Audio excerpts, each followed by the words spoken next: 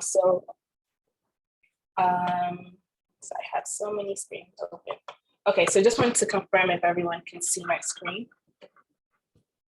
Yes, I can see it. So one of the things that I wanted us to kind of do to make this as practical and as informational as possible. So if you have like maybe a position that you're interested in applying for, or if you have a posting that you saw online that maybe you want to use to guide you throughout this, these interviewing tips that I was sharing and help you to identify if that's the right job for you. You can pull it up, you can just look online, but I'll also have like a template of a job posting as well, just for us to kind of be engaged and then also go through the session. So this is just an outline. So a quick introduction about myself. My name is Deborah. I'm a global health and public health professional. I've been working in the field for about 5 to 6 years now.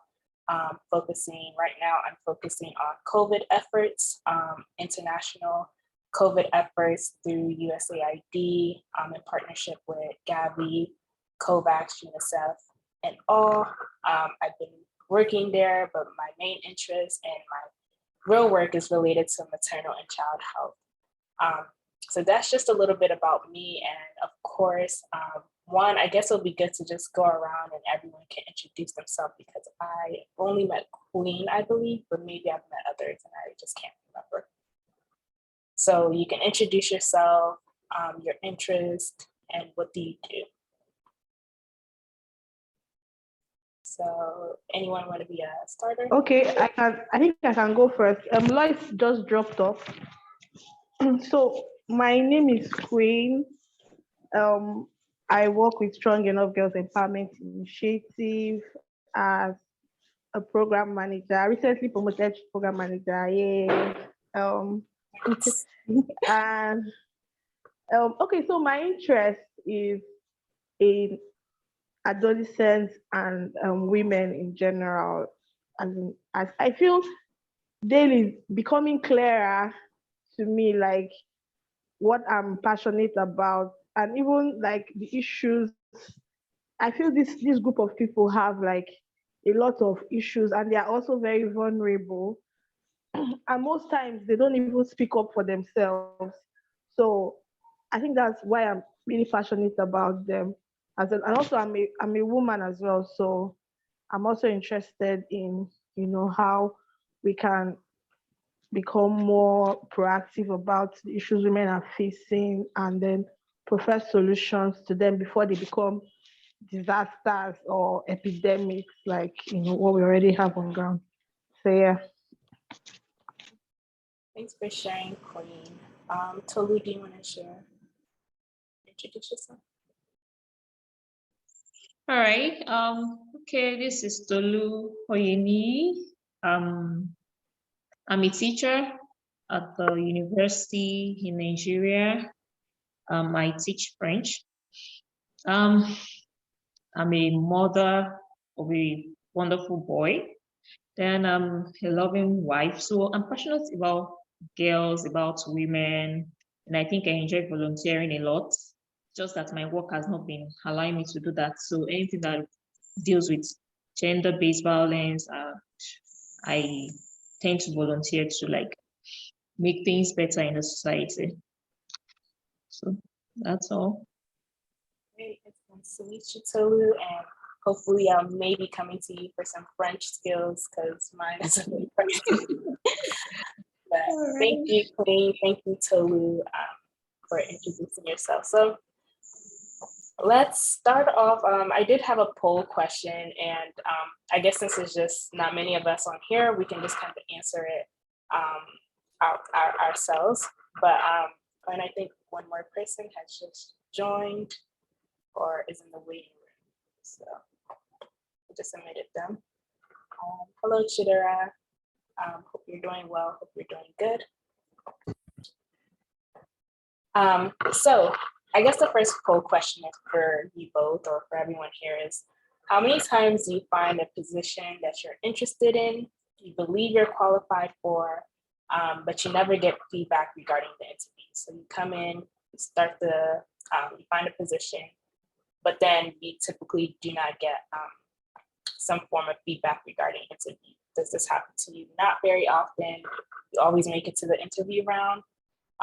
B, sometimes it depends, or C, you've never been offered an interview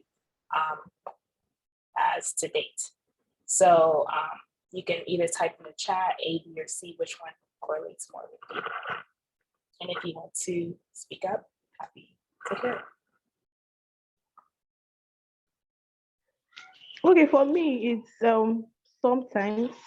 So sometimes you get in and sometimes I don't. So I think it's even more I don't than I do.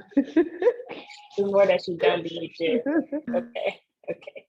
Any others? I see anything in the chat? Okay, can I say something? Sure. All right. So for me, maybe I've not really been opportune to like do a lot of applications, but I wish I can. So I'm thinking of actually leaving my lecturing thing for a while, if possible. So that's why I'm here to look at how to actually engage in applying for jobs and here and there, because for real, I just got my job by like luck. So I didn't really do any application as such, just got called into the job. So right immediately after finishing my master's, like I didn't really have to, I've not really applied for stuff before. So it's just came on the platter of God. So yeah.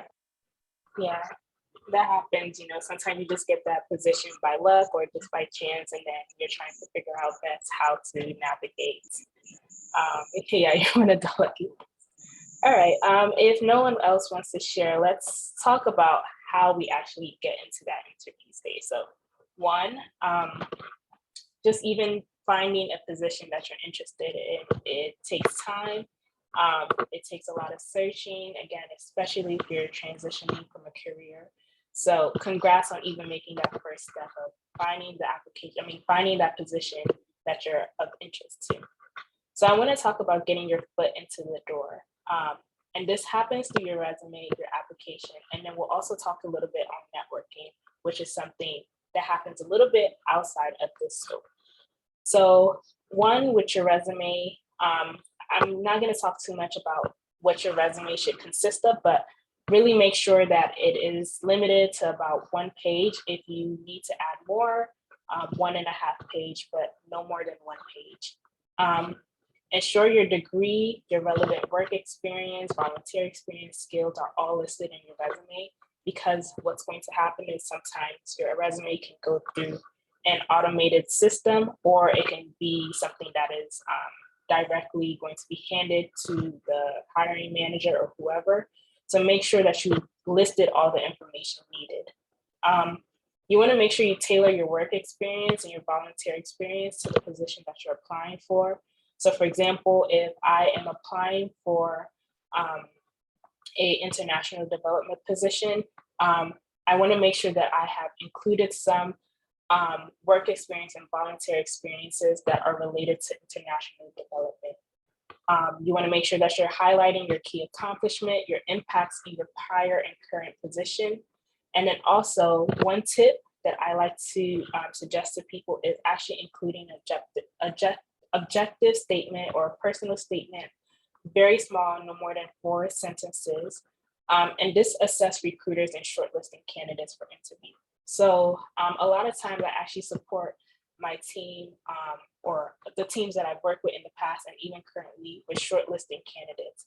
And a lot of the information that I find that is related, and I'll go through the next slide through the example, but a lot of the information that I tend to look for is listed in their objectives statements and their personal summaries. That's in the beginning of their resume. But does anyone have any questions? And again, I want this to kind of be interactive, so feel free to stop me, or if you have a question or if you've heard something differently that you'd like to share. Queen? Okay, so recently I came across like a post on Facebook. So I think it was a tech lady, and she was saying that the summary is not really necessary I think for that, and they want to see your skills, they want to see what you've done before. So, but now you're saying the summary. So I want to know, so does it just apply to tech, or is it truly necessary to Yeah, include a so professional summary? yeah, so that's a good question. So you may hear on both, and I've heard it before, that it's not necessary and it is necessary. The reason why I would state that it is necessary is because sometimes you're not able to put all of your work experience into your resume to keep it to the page limit that is necessary. So what can happen is that you may have up to like 7 years of experience just working, but not all of it is relevant and needs to be on your resume. But you have 7 years of work experience. And let's say, as a recruiter, let's say I'm a recruiter and I want to know, do you make the minimum requirements, which we'll go through like in the example. You can always list that you have 7 years of experience in your professional summary or your objective statement. And that way that helps the recruiter to check mark that this person has the amount of work experience, though your resume may not detail that far back of 7 years of work experience. But this is why it's important to kind of include it inside of your resume. Sometimes you may hear for like a lot of tech positions that you don't need it. Tech is a lot of skill based. So making sure that your skills are listed on there is important. And again, I have an example of a job posting that I want us to kind of walk through. And then again, if you also have a job description or position that you're interested in, feel free to open it up so that we can like kind of follow this along step by step. But hope that answers the question for you. So I would recommend that you Yes. have it and making sure that you're listing important details in your professional summary. All right, thank you. No problem. Any other questions? Okay. So here is an example of a job posting. This was through Foodtread technology. So this is just a global health officer position that was listed. And I wanted to use this to kind of run through some information that's typically on a job posting that's important for you to include in your resume and making it sure that you get shortlisted. Shortlisted is just the word that HR uses to say that these are the people who will actually get interviewed. And so the shortlisting aspect is just more so the HR, there's hundreds of people who may apply to an interview. Apply for a position. However, shortlisting just helps them to kind of narrow it down to like 5 to 10 people. So these are some things on your applications that you want to make sure that you're paying attention to. Some things in the job posting that you're paying attention to. So Foodtread is a company of interest. Let's say we're all interested in applying to this position. What are some things that we want to pay attention to? So I've highlighted in red. So Foodtread is, they tell you in the first statement here, let me see if I can, put the laser focus. So here they tell us in the first kind of second sentence what their primary focus is. So their primary focus is on healthcare IT, federal financial management, and grants management. These are the 3 things that they focus in within their company. So you want to make sure that you're aware of this. And if this is something that you're interested in healthcare IT, you're interested in federal financial management and grants management, this is the information that has been provided that lets you know what they focus on.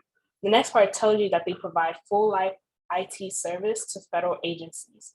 So in this case, this means that they are very big on providing IT service to federal agencies. These federal agencies can look like, and again, this posting is from the US. So again, if you have a position in front of you that's open, look for some of these things in there. But this first paragraph will tell you pretty much about the company itself.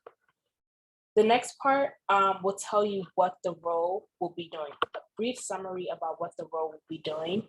And it's letting you know you'll be coordinating with office, department divisions, USG agencies, international organizations. But something key to note here, it says mastery of theories, concept, principle, practice, methods, techniques of public health policy analysis is expected. So therefore, as you're preparing for applying to this position and preparing your resume and your interview, you want to make sure that you have a level of mastery of these concepts, these practices, these methods related to public health policy analysis. Okay, so any questions so far? Okay, if not, the next part will tell you about the roles and responsibility or the position overview. So it will give you a list of, what your potential responsibilities will look like. It's kind of like a mini scope of work here. And so I'll share how this is important during your interview stage. Here is the qualification section. And this is one of the most important parts as to preparing your resume and your application. The minimum requirements and qualifications here must all be listed in your resume and in your application. So you're wondering, how do you ensure that you're including these things?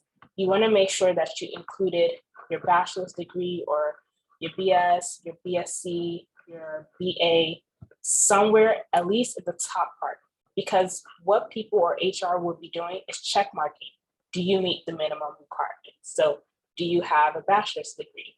Do you have 1 to 3 years of experience working in global health? So that's why the professional summary is important, because you may have 3 years of working experience in global health, but you can't list all of it on your resume, or it may not be specifically related to healthcare IT, federal financial management, and the things that was mentioned in the first part of the application.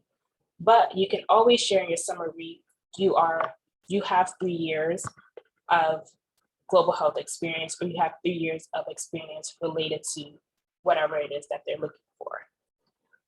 Here it says you must be a US citizen. So this would typically be like in the application where they'll indicate somewhere for you to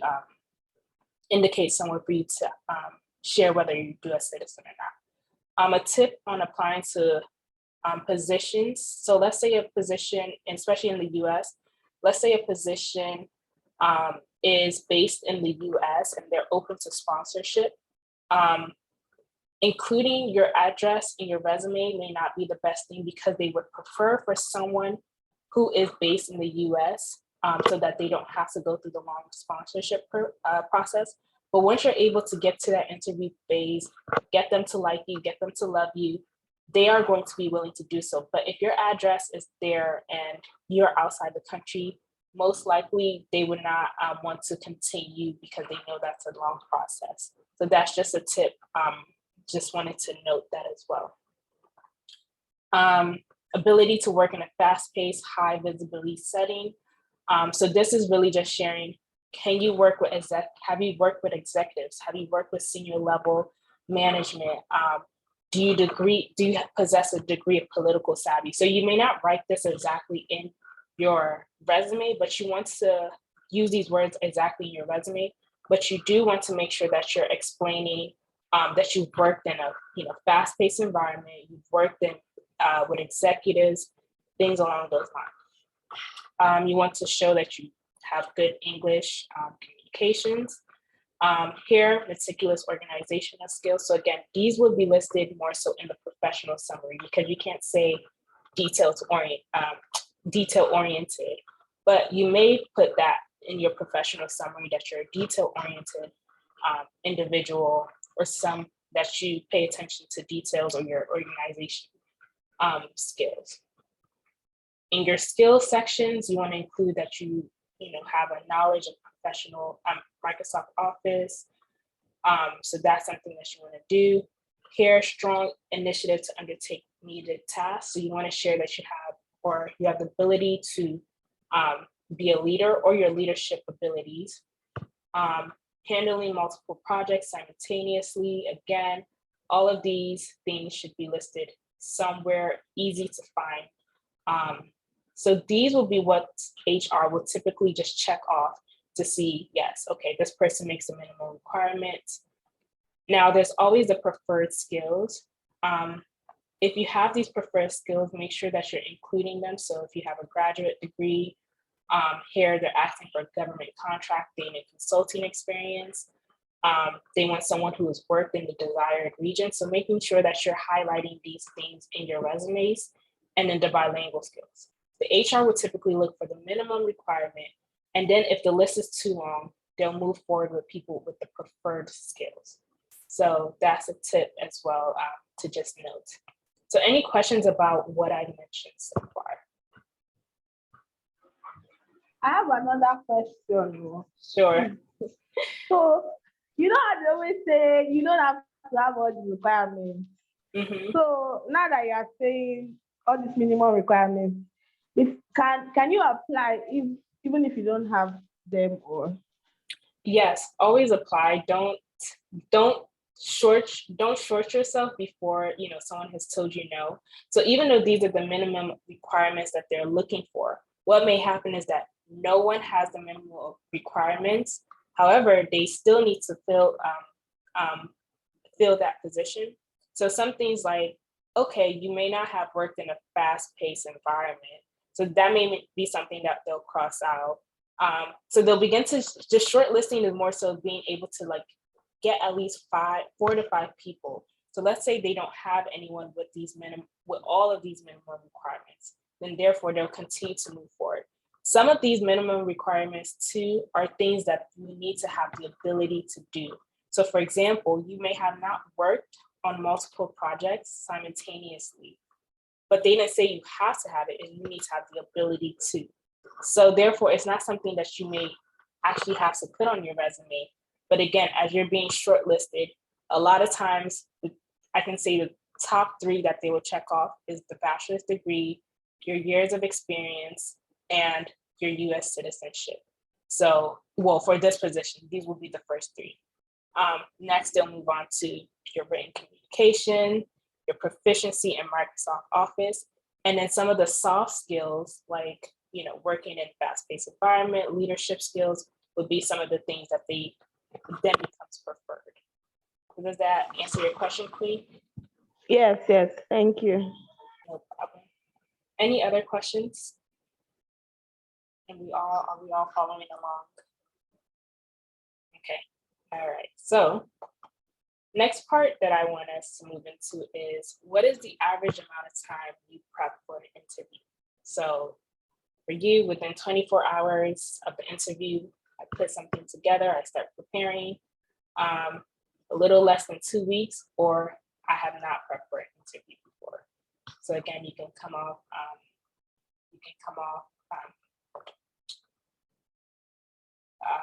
audio, or you can put in the chats. Okay, less than 2 weeks. Anyone else?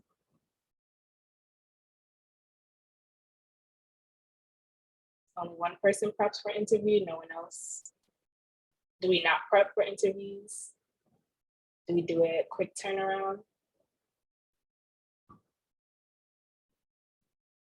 Okay, you only see one comment. So Queen, you're pretty active today. Please, are we all here? Lois, Chidera, Tolu. Okay, Tolu says she hasn't applied for a job before. But Chidera and Lois, you're not saying anything. Okay, no. Sorry, I didn't know the question is for everybody. Yeah, the question is open. It's a poll question for everyone. Okay, I am here. Sorry, I was on the move. No worries at all. So just wanted to know, do you have like an average prep time that you have for an interview? When preparing for an interview, feel free to drop it in the chat. But I'll move on to the next slide. So you've now made it to getting an interview, so congrats, right? So there's gonna be typically 2 stages of the interview. You typically have a screening, which typically happens when you would get like a brief phone call, which is about 10 to 30 minutes, and they will vet the candidates to ensure that they meet the basic requirements. So this would be something along the lines of, tell me about yourself. Why are you interested? What interested you in the position? What are your goals? And what experience do you possess? So if you get an email that you would like to be scheduled for a phone screening, or it's just to make sure that you're meeting the basic requirements of the position. The next part would be the actual interview. So the interview will consist of behavioral, experiential, and technical questions. It's typically about 45 to 1 hour max. Sometimes the way it's structured is 30 minutes of questions from the employer or from that future, the hiring manager, and then about 15 minutes for you to ask questions. So typically that's the structure of an interview, or how it should be. And sometimes you may be involved in multiple interviews with different people. So this could be like a 3 to 4 interview. So when preparing for your interview, you want to make sure that you're preparing for behavioral questions. So this could be like, tell me about yourself and a time that you failed, or tell me about a time when you overcome a challenge at work. They're able to assess your behavior during this time. They may ask you questions related to your experience. So they may ask you, oh, you worked as a teacher. Tell me more about the kind of classes that you taught, your achievements, your accomplishments. And you may be asked technical questions. So your technical questions, especially if you're working or if you're looking for a position in tech, these may actually be hands-on activities. So they may ask you, let's say you mentioned in your application that you have a high proficiency in a statistical analysis software such as SAS. They may ask you, okay, well, we want you to go ahead and code X, Y, and Z in SAS. So it can actually be technical, where you're actually going to have to handle a task. If you have the multiple interviews with different people, so this could be spread out to between 3 to 4 interviews, make sure that you ask the recruiter what to expect during those interviews. So make sure you're asking them, who am I going to be interviewing with? Who am I going to be speaking to? What is expected? So that way they're helping you along the way. So any questions about the interview process? Okay, No. yes, I have a Okay. question. Sure. This other slide, you said, tell me about yourself. Okay, what is someone really expected to say actually in this session? Because I've had people start telling you I'm a Christian, I'm from a family of 4. I like to travel. Is it supposed to be part of what someone is supposed to say in an interview? Yeah, so that's a good question. So here, when you're telling about yourself, you want to keep it career focused. You want to tell them why you are a fit for the position, and you want to share how your experience aligns. So you don't want to share too much personal information, and it's good to share personal information just so that you can kind of like get a bond with your hiring manager or whoever. So if you have like a shared interest, but you don't want to start sharing your political views, your religious views. You don't want to share things along the lines of your financial reasons why you're applying. Maybe you just need a new job because you need money. That's never something that you want to share. You want to keep it career focused. So the 3 parts that I always answer this question is, in a career focused manner, how my experience aligns with the position and why I'm a fit for that position. So those are the 3 things that you want to share. It's always going to be related to your career. So does that answer the question, Lois? Yes, okay, yes, it does. Thank you. No problem. And another part that I do want to mention, let's say you are the timing of when you're asked that question, tell me about yourself, especially, sorry, wrong slide, I was on the wrong slide, especially during the interview process. You may be asked that question in the beginning, or you may be asked that question about in the end. If you're asked in the beginning, most likely they want to know about why you're a fit for the position, why you're seeking in your career. So you want to keep it in that format that I told you. But if you're asked that question in the end, well, think about it. You already explained, why you want the position. You already went through your experiences, your resume. So most likely they just want you to tell them about yourself as a general human being. But again, you still want to make sure that you're not keeping it too personal in the sense that you're talking about your political views, your religious views. You want to make sure that, you know, you can find hobbies. So let's say you have a hobby like, oh, I like to sew, and, you know, what do you like to do? Those are things that you can kind of share during that, during the interview. So hope that also helps you while you're interviewing.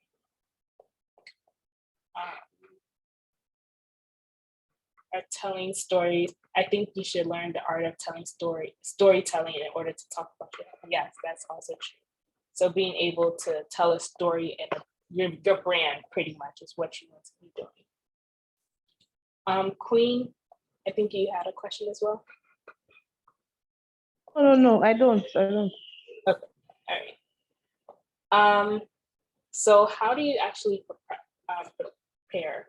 So I always advise about 30 minutes to 1 hour because you just do not know what is going to come before your interview. Sorry, not 30 minutes before your interview, each day before your interview. So let's say today's Friday, you get called for an interview, that's next Friday. Spend at least 30 minutes each day preparing for the interview. While you're preparing, you want to make sure that you're spending time researching the company. This way, you're able to actually connect and know what the company does, why you can actually be a fit. Think about ways that, oh, okay, I can be an asset and a value to the company. If you have LinkedIn, I would suggest, highly suggest this, using LinkedIn to connect with people who work in similar positions at the company so that they can tell you what they do, how they do things, and then you can use this in order to actually form your interview questions. Think about scenarios that you may be asked about. You want to review your resume and experience that are relevant to the position. So making sure that you're highlighting key accomplishment and responsibility and thinking about how that matches to the roles and responsibilities that were shared, for example, in that job posting that I shared. So those are some tips for prepping. So how many people have heard of the STAR method or just STAR method in general in terms of interviews? By show of hands, you can just raise your hand. Okay, Queen. So Queen, do you want to kind of share the STAR method and what you do know about it? Okay, Lois, you haven't heard of it. Okay, I feel this STAR method is where the storytelling comes in. So you give like an example of, you know, a problem that you have solved and how you solved this. Yeah, your results. And also, it also helps that when you're saying your results, you also, how do they put it in? You also like quantify it, make sure it's like you can say, okay, I was able to market so product to 10,000 people or 500 people bought it, with as in, so that it's more data driven, it's more believable. I don't know how to Yeah, put it in credible. this. Yeah. Uh-huh. Yeah, no problem. Thank you, Queen. I think exactly you nailed it. This is how the storytelling really happens, right? And when you're answering a question during your interview, use this method in order to answer the question. So one, you want to share the situation or scenario, right? So that can be maybe your prior place, where you work. You want to explain the task that needed to be completed. So what exactly was the task that needed to be completed? You want to be able to share what actions that you took and how you took those actions.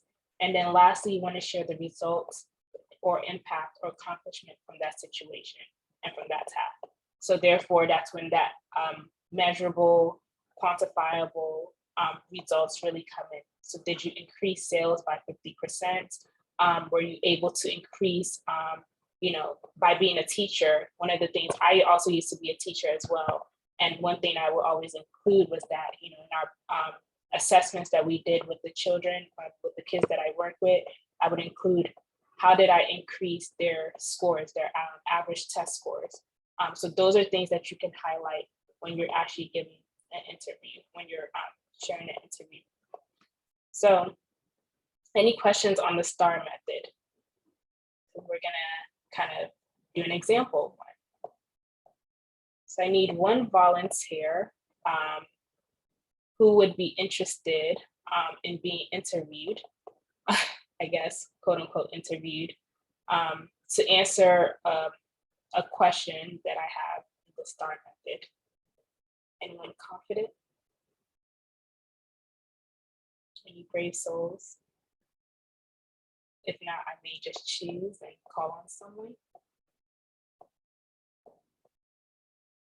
Okay, Tolu, do you mind being the volunteer here? Okay. All right. No, I've not faced an interview properly before, so I don't know. I don't know what this will look like.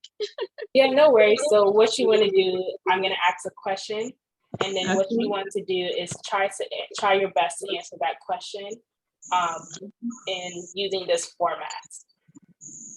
So that's all. So I'm going to ask you more so of a behavioral question. So tell me about a time when you failed at work. How did you overcome it? Okay. All right. Well, being a teacher at the university for like 7, 8 years now. At first, when I joined without much of experience, I didn't understand that publications in high-rated journal, it's a very key requirement to your promotion. So for the first 2 years, I practically didn't have any research publication, which I was actually queried for. And on getting to understand that this is a major requirement, I had to take it upon myself that I'll settle in to always have something to put down every day in order to be able to have research publications in order to ensure I get my promotion, which I was able to overcome. And over time, at every point in time we are called up for assessments, I always have publications to tender because I realized that this is what I have to get in order to move forward. So been able to do that by also collaborating with colleagues, been able to publish papers so as to keep improving my career. Thank you. Thank you. That was a perfect answer. So you answered everything. You used every aspect of this. So one, you shared the situation, so how you didn't really have much experience. Talked about the tasks that you took and the actions, which was more so your collaboration, how you made sure that you're putting yourself out there, and then you now share the results, which was your ability to actually get those publications, right? So you made sure that you check mark those things. So great work. So you did a great job. So the more you practice answering questions in this format, the more you're able to provide the details that are needed, right? Because sometimes you can actually just not share enough details. For example, you may ask, oh, tell me about a time you failed and how you overcame it. Oh yeah, I failed a class in graduate school, and then I was able to retake the class. Well, that doesn't give you any specific about the tasks that they took and the actions that they took, right? You just said I failed and then I took another class, and it doesn't really show like what lessons learned from it as well. So that is a way that they will be able to gauge from the question that you just answered. They're able to gauge, okay, this person is really was determined. She didn't let failure stop her. She's able to keep pushing even despite not having the experience that she needed. So great work. Thank you. Okay. So let's go back to this, our imaginary job posting that we're applying for. So one tip that I always advise people to do when preparing for interview is take the roles and responsibilities and turn them into questions, turn them into scenario questions. So for example, let's look at the first one. It says communicate and work with colleagues at the secretarial and White House level. So here they want to make sure that you're able to communicate and work with people in executive levels.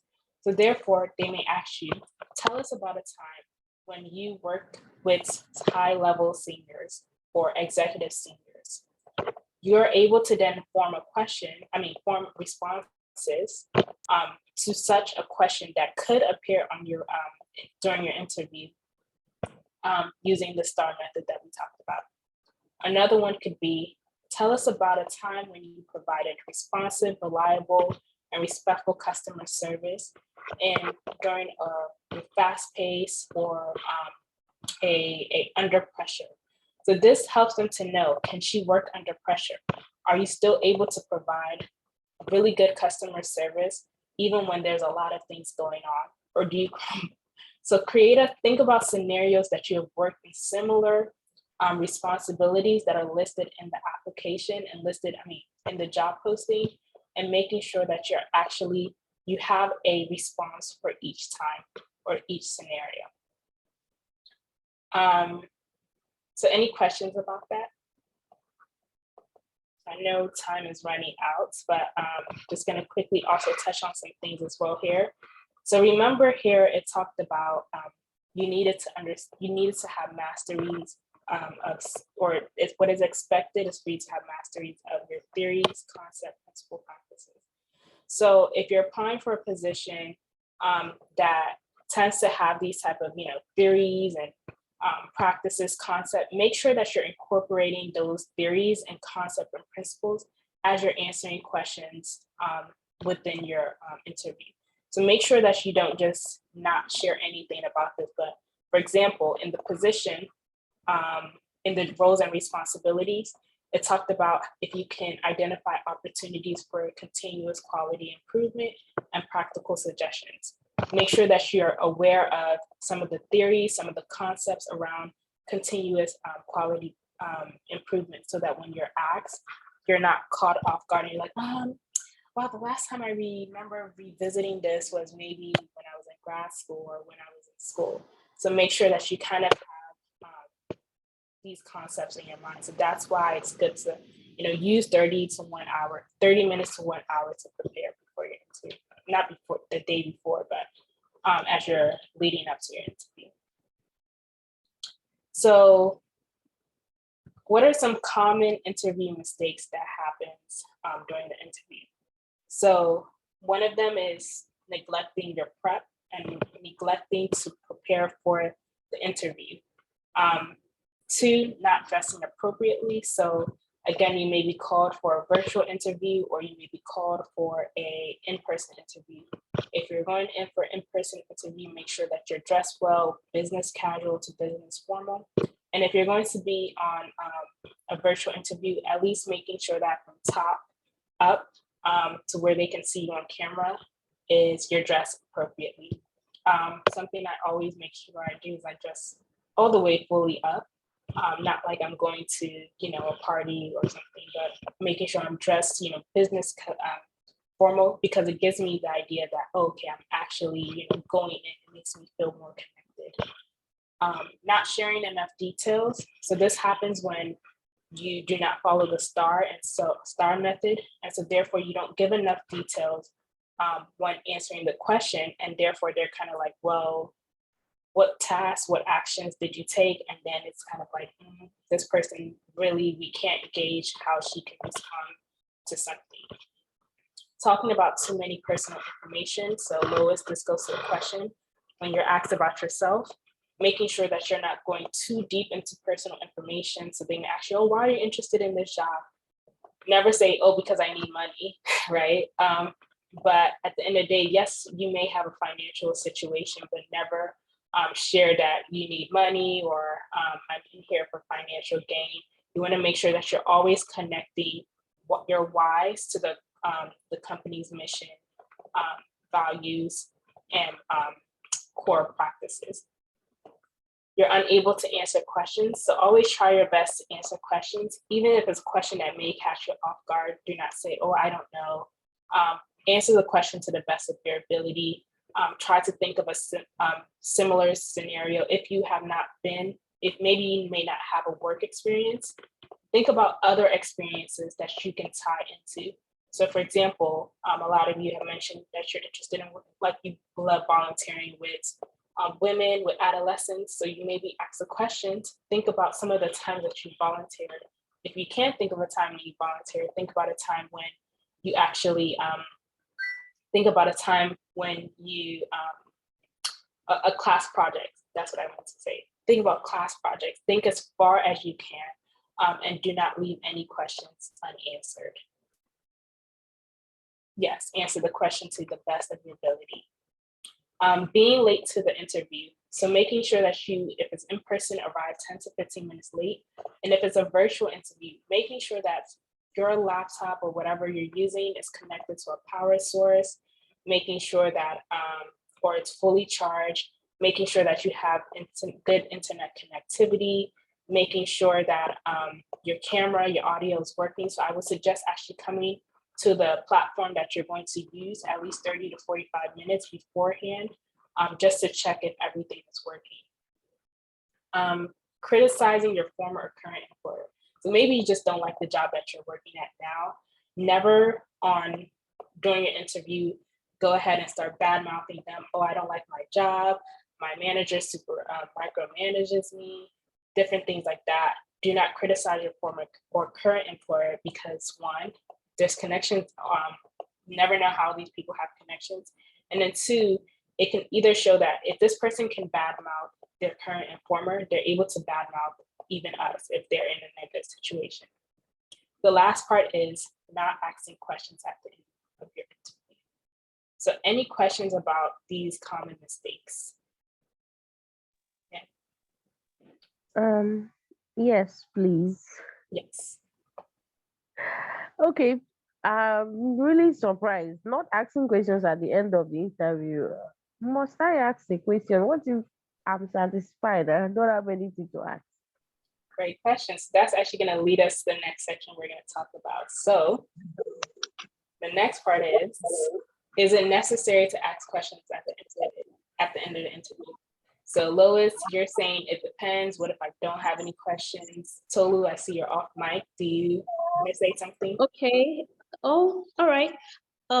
Fortunately, I read something about that yesterday. I don't even know what I was going through. I saw it on a Twitter page and was talking about the questions to be asked. That you can just, instead of asking about, oh, training, salary, how much are you going to be paying me and all that, just go ahead to like even ask those on the panel questions like, oh, what's your biggest challenge in this company? So that will make you to be able to understand what you're entering into. Then you can also ask questions like, oh, what has your career looked like in this company? You can also ask questions like, what does greatness look like to you? That this can make them see you as someone who is actually worth the role and all that, you're quite intelligible and all that. So just need to chip that here. I don't know if that's right. Just wanted to say that. Yes, that is absolutely perfect, right? So it's important for you to ask questions because it gauges two things. One, it helps the employer and who you're talking to measure your level of interest in the opportunity. So guess what? The people who ask you to the position, this few tread, they actually to come in for an interview. It's because they were interested in you. And then two, it gives you the opportunity to understand the company and if it's the right role for you. So one, on paper and on one page of your resume, that doesn't explain everything about you. But as you interview and as they ask you questions, it brings out more situations, scenarios that you've gone through. Same way that if you're in an interview, the job posting can only list so much about the company. But you asking questions gives you the opportunity to understand, is this position the right position for me? So do not end by saying, no questions. I don't want to, or I don't have any questions. It's never the best way. You want to make sure that the employer knows that you're engaged in this opportunity, and it helps you to know, is this position the right position for me? So I'm running out of time, but I'm going to just share some common interview questions. And like Tolu said, these are questions that you can find online to ask. Always come prepared with at least 3 of these questions to ask because you'll have about 15 minutes. So you may want to ask, what does the day-to-day responsibility of this job look like? right? So that way you're able to understand, okay, what am I going to be doing on a day-to-day basis? Maybe they don't have a day-to-day base work, work schedule. Maybe it's a week to week or some of the responsibilities. That way you will know, okay, am I going to be like a note taker in meetings? Am I going to be the one to, what kind of engagement will I have like in the position that we're looking at now? What kind of engagement do I have with senior leadership? Is it just to attend meetings and then just kind of be like more of a program assistant and kind of just be in that kind of position? You want to ask questions as well around the culture of this, right? Some of you mentioned that you're married and you have children. So if you're married and you have children, not all opportunities may be the best opportunities for you, because you have to think, oh, I have family. I want to be able to work between this time and this time. The culture of that organization may be, oh, well, we're such a fast-paced environment that, whenever we call on you, we need you. And even if that's outside of work hours, you won't know this information unless you ask. So ask, what is the team culture like? What is the team culture? What are team norms, right? They may say, like, I know at my company, we put a calendar block during 12 to 1. You're not allowed to schedule any meetings because that's lunchtime. On Fridays, between 3 to 5 on Fridays, making sure that you give people enough time to actually wind down their work and not have them in meetings. Things like this are things that you want to look for in the interview to know, does this position fit best for me? You may ask questions around what are the normal work hours. They may tell you, oh, we typically start our mornings at 5 a.m. 5 a.m. Is that something that you want to do every day for 40 hours a week? They may tell you, oh yeah, we tend to work a lot of overtime. Again, you won't know these things unless you ask them. And then one thing that you always want to ask is, what are the next steps in the interview process? So from this list, at least asking 3 questions, right? With one of them being, or the last question being, what are the next steps in the interview process? So Lois, hope that answers your question.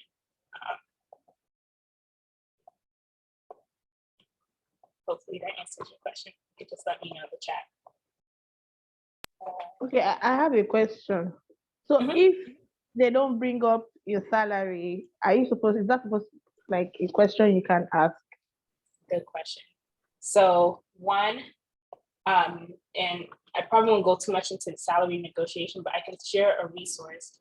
I think I even still have it open, but I'll share a resource on pretty much salary negotiation.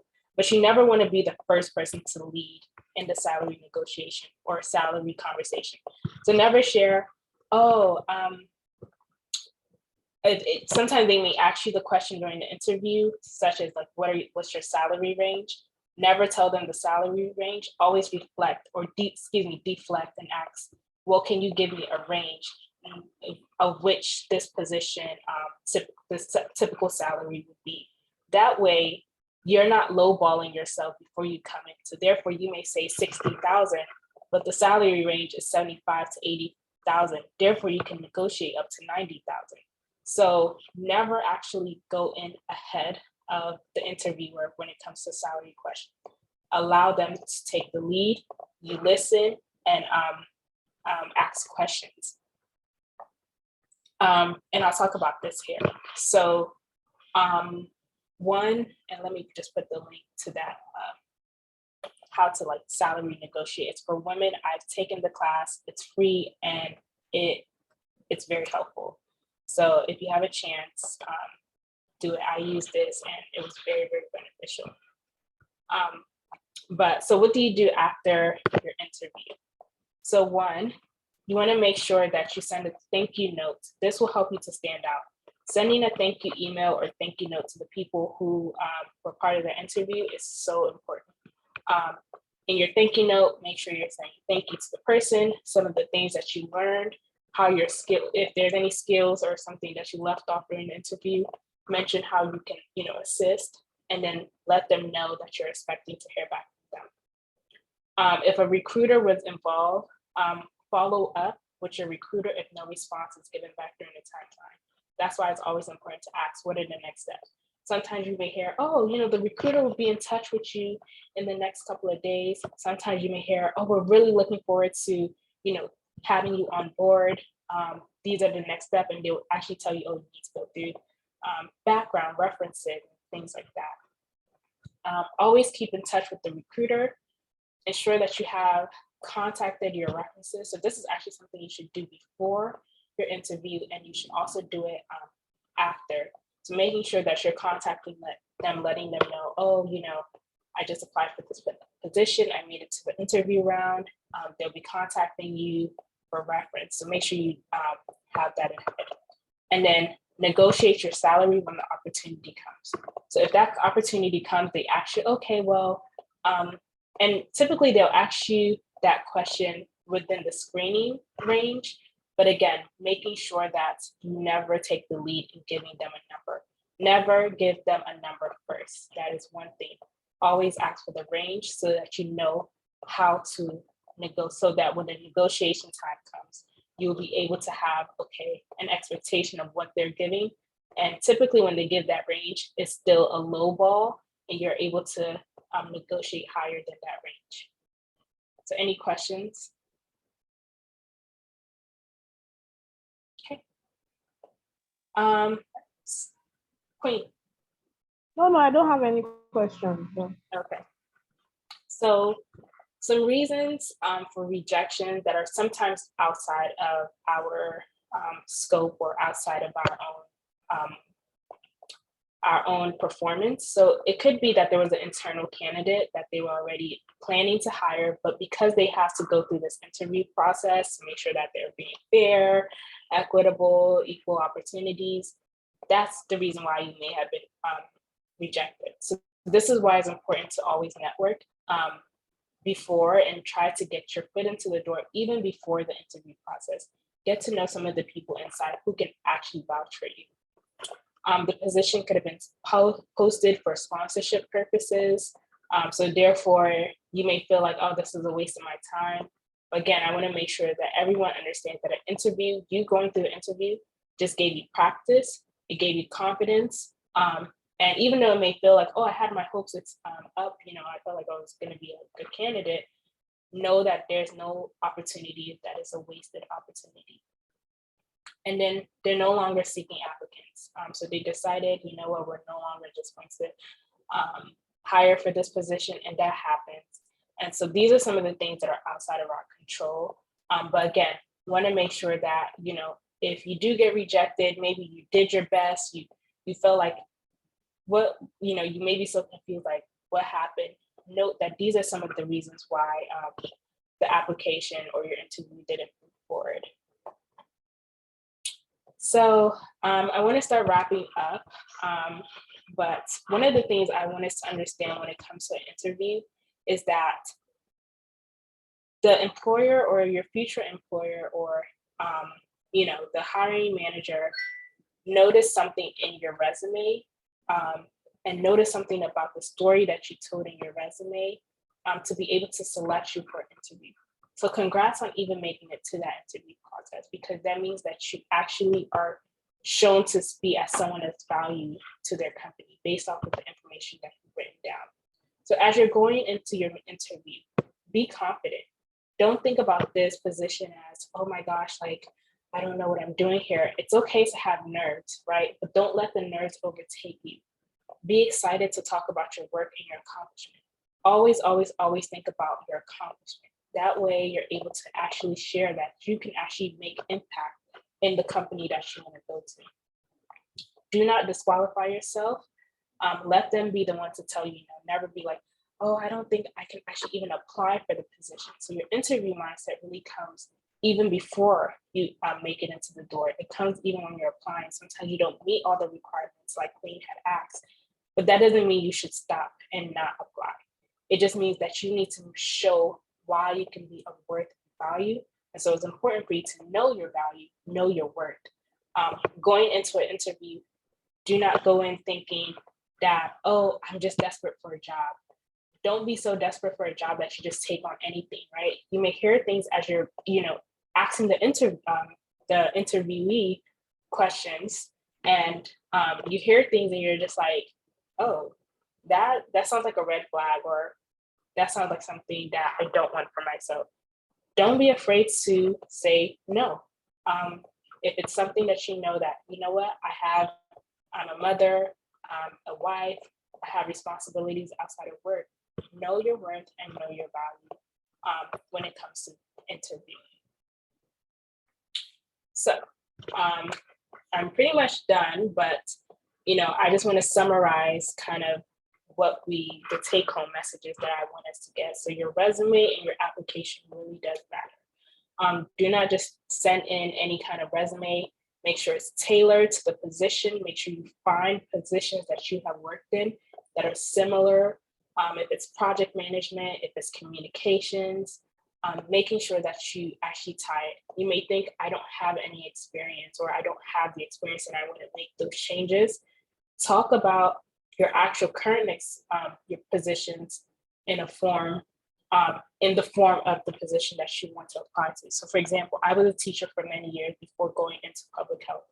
I worked with kids all my life for probably about 7 years of my life. About 7 years. Actually, yeah, 7 years before I actually went into public health. It wasn't easy to make the transition, but I took opportunities, the volunteer experience, and I put that at the top of my resume rather than highlighting it at the bottom, or I actually put them together, but I made sure that that was at the forefront of my resume so that they can see that, okay, I was a teacher, but I was also working in the field, and this is something that I want to transition into. Do not neglect prepping for your interview. There's no such thing as too much prep for an interview. Interviews are, there'll be questions that you may be asked. There was one time, quick story time. I went for an interview for a data analysis position, and I didn't know that, they would actually ask me like technical questions as to how to work on an Excel docker and have proficiency in Excel, but I just didn't come prepared to actually do anything on the computer. So I remember I got there and everything was going well. I prepared, about the company. I told them what I know about the company. I told them I'd be a good fit. Everything. They were so interested until they're like, okay, so you said you have Excel experience. We're gonna give you a computer. We want you to do X, Y, and Z. And I was like, I don't think I'm prepared for it. And it took me such a long time to actually, being able to figure out what they wanted me to do. There's some things that you would just type into Google, like, oh, how to quickly find this or how to convert, something to something. But this case, you couldn't do that. So always, always, always be prepared. There's no such thing as being over prepared. And remember, the interview is not just about the employer, but it's also about you gauging whether it's the right job for you. So again, do not forget to ask questions. Do not feel like you can't ask any questions. There may be questions that are related to just the workload and balance that you may want to know about before actually saying yes to the position. So that interview is your opportunity. It's your opportunity to gauge. Maybe you've been eyeing your dream job for a long time. So this is my dream job. Oh my gosh, I've always wanted to work here. This is your opportunity to know the details, the in and outs, what that will look like practically for you to work there. So I want to wish everyone all the best and want to know if anyone has any questions. Any questions? Sorry, one last question from me. I know I've asked it, but no, that's the whole goal. So how do you overcome fright, or let's say stage fright, when you're answering interview questions? Because I know it's good to prepare, but sometimes when you get there, you can just freeze and probably be intimidated by people that are interviewing you. And also, how do you normally, what is your own tip? How do you always overcome that? Yeah, so my personal tip is I always see the employer. So even though, yes, I'm interviewing for this position and this is something that I want, one of the things that you want to make sure you understand is that these people were once in your shoes too. They've also had to interview. They've also had to apply for a position, go through where they didn't just, sometimes it doesn't I can't say for everyone, but for most people, it doesn't just happen by osmosis. So therefore, they understand that you may be nervous. But one of the things I try to do is, even in the beginning of the interview, I always try with small talk. So, oh, how's the day? How's the weather? Something to just loosen the atmosphere, and everyone is looking at you so like tight and tension. I try to break that ice so that they can know, like, okay, I'm coming in as just like a person, just as they are. To remember that as much as you're desperate, or I don't actually, no one should be desperate for a job, but as much as you really want that position, know that they also really want someone to fill that position. So they are desperately looking for someone as well. No one just puts a job vacancy out and it's kind of like, okay, I just want to check off the job, just put this out for the case of putting it out, or sometimes they do, but you want to know that they're also desperate to finding someone.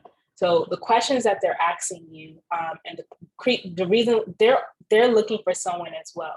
So the same way you're looking for a job, they're looking for someone as well. So these are some of the things that I keep in the back of my mind. And that's why I say go in there confident, go in there knowing your value and your worth, right?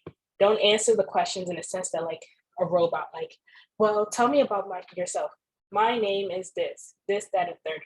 Tell them about yourself in the form of the story that we kind of talked about, the STAR methods, so that way you're able to be more personable during your interview and not feel so tense and tight. So hopefully that answers your question. Yes, it helps. Thank you. No problem. Any other questions? Or comments? Tolu came out. Okay, I have a question, but it's kind of, I actually want to open a page where I saw it, so I'm trying to quickly go through that. So I saw a job opportunity that was posted on our group chat recently by Ms. Oye. So I'm just trying to open it, and actually today is the deadline. I've been looking at it, is it something I can actually apply for? But looking at it with all what we have said, no experience in those aspects. So it's a USAID work. I'm trying to check it out on communications, COVID communications. So specifically, I'll just put this out, the overview of the responsibilities. Okay, no, let me read the qualifications. No, not qualification. All right, just 1 minute, please. I'm trying to go through it now. Okay, the summary of the duty is just a consulting job. The consultant will oversee and implement the documentation of over 18 lessons learned from COVID-19 response and the planning and facilitation of a consensus building event. So, however, I'm looking at it that COVID-19, I don't have any experience with COVID-19 response, and I just feel I should just apply for the job because I just saw some minimum qualifications. I feel okay, it's just the fact that I have a master's degree. That's one of their minimum qualifications. Then being able to speak another foreign language, specifically French, because I teach. So that's just why I'm looking into it. But I know I'm not in the public health area, and I have not done any training on public health, but because it's just on communications and it's a USAID, it's a what's it called, an online or virtual work. So having something like this, no experience with the major thing that it's there. So is it something one should try, or I should just put my head off it? I think that's a good question. So you mentioned a couple of things. One, COVID-19 experience. I want to mention that COVID-19 has only been out for like 2 years, so not much people can really say they have that much COVID. It's a new disease, it's a new virus, and so it's something that most people we're all learning, right? Even me, I've never worked with COVID-19 before working on the position that I'm working on now. So see things as always a new opportunity. Two, you mentioned some of the soft skills that they're looking for, so communicating. So you may not actually be the one to be actually doing like lab results and doing things along those lines, like the diagnostic, vaccine, delivery and supplies, but you're communicating. And so one, you can always share your experience around communications. How have you translated maybe, just big text? So even in your teaching experience, you talked about publication. And so therefore, if you've written any type of publication, you would know that the things that are in publication may be kind of jargon to people who are just, normal everyday people. So how do you communicate the things in your research to everyday people? That's communication. So you want to be able to share, okay, what is a time or what kind of responsibilities have I held in that? You can talk about, you want to highlight your French, because I think the French was a preferred skill. So even at that, they're going to look at that and say, oh, she has French, she knows French. Maybe that's something that most people there do not have. So highlighting those things would really be helpful in your resume. And then two, never, like I said, do not sell yourself short. So don't tell yourself no before anyone has told you no. So don't think you can't apply for the position because you feel like you don't have enough experience. No one in this world for the 2 past years would have, the expert level knowledge about COVID-19. But what you are is you're willing to learn, and it's opportunity to bring it. So I would definitely say apply for it. And if you like, I'm happy to look over your resume and just kind of see how you can translate, some of your responsibilities as a teacher, as a French teacher.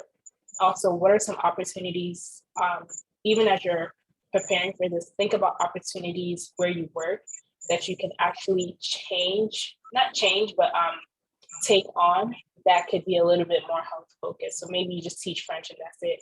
Is there like a committee at school that you can join that's related to health?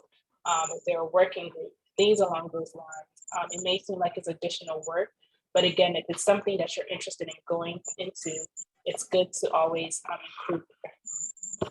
So yes. Okay, thank you. We appreciate. No problem. And I just put my email in the chat if you did want to just contact me and look over it. All right. Okay, I'll do that. Thank you. Really appreciate it. Any other questions?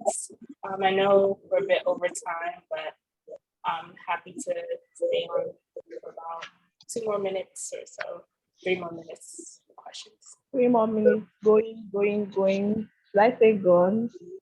Any questions? Comments, contributions? Lois, do you have any questions or any examples or experience that you have with interviews that, any upcoming interviews that you have? Thank you so much. No problem. You're welcome. Well, thank you all. I hope this was informative. I hope this was helpful. I'm wishing you all the best. Again, my email is in the chat. If you did want to just contact me in terms of reviewing a resume and matching and helping you match it to the job posting that you saw and helping you to even move forward, I'm happy to do that. So feel free to contact me. And yeah, happy to help in any ways that I can. Thank you so much, Mr. Deborah. This was super insightful. So although I'm not applying for any position yet, but it's a very good session to help me prepare for future applications. So thank you so much, our alums, for joining us today. So I think I'll just say have a nice weekend, everyone. Thank you. So I'll send the recording to the group. So when it's ready, thank you. All right, thank you, Queen. Thank you, everyone. Bye. Bye.